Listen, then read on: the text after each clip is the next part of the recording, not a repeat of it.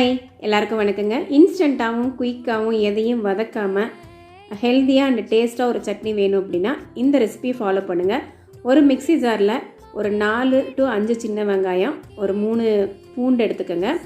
காரத்துக்கு ஏற்ப 2 பச்சை மிளகாய், கல்லுப்புங்க, தக்காளி 2, கொஞ்சம் தேங்காய், கைப்பிடி ஃபுல்லாக கொத்தமல்லி இலை. இது எல்லாத்தையும் க்ளீன் பண்ணி ஒரு மிக்ஸி ஜாரில் எடுத்துகிட்டு அதை ஃபைன் பேஸ்ட்டாக அரைச்சிருங்க. பாருங்கள் எவ்வளோ க்ரீனிஷாக சூப்பராக இருக்குன்ட்டு. கொஞ்சமாக நம்ம தண்ணி சேர்த்துக்கலாம். இது தோசைக்கு அவ்வளோ ஒரு சூப்பராக இருக்கும். ஒரு 2 மினிட்ஸில் அரைச்சிடலாங்கெல்லாம் ரெடி பண்ணி அதுக்கு ஒரு தாளிப்பு கொடுத்தாச்சு. இன்றைக்கி ஃப்ரூட்ஸ் லிஸ்ட்டில் வந்துட்டு பப்பாயா தாங்க. வரகு தோசை தாங்க இன்றைக்கி சுட்டு எடுத்திருக்கேன். நல்ல ஹெல்த்தியான ஒரு ரெசிபி. ஸோ அது கூட நம்ம இந்த இன்ஸ்டன்ட் சட்னி வச்சு சாப்பிட ஆரம்பிச்சிட்டோம். நான் ஹெல்த்தியாக சாப்பிட்றேன், நீங்களாம் சாப்பிட்டீங்களான்னு சொல்லுங்கள். கூடவே கொஞ்சம் தக்காளி தொக்கு இருந்தது, அதையும் வச்சு சாப்பிட ஆரம்பிச்சிட்டேன். இந்த வீடியோ உங்களுக்கு பிடிச்சிருக்குன்னு நினைக்கிறேன். வீடியோ பிடிச்சிருந்தா லைக் பண்ணி, ஷேர் பண்ணி, சப்ஸ்கிரைப் பண்ணுங்கள். தொடர்ந்து சப்போர்ட் பண்ணுங்கள். Bye friends.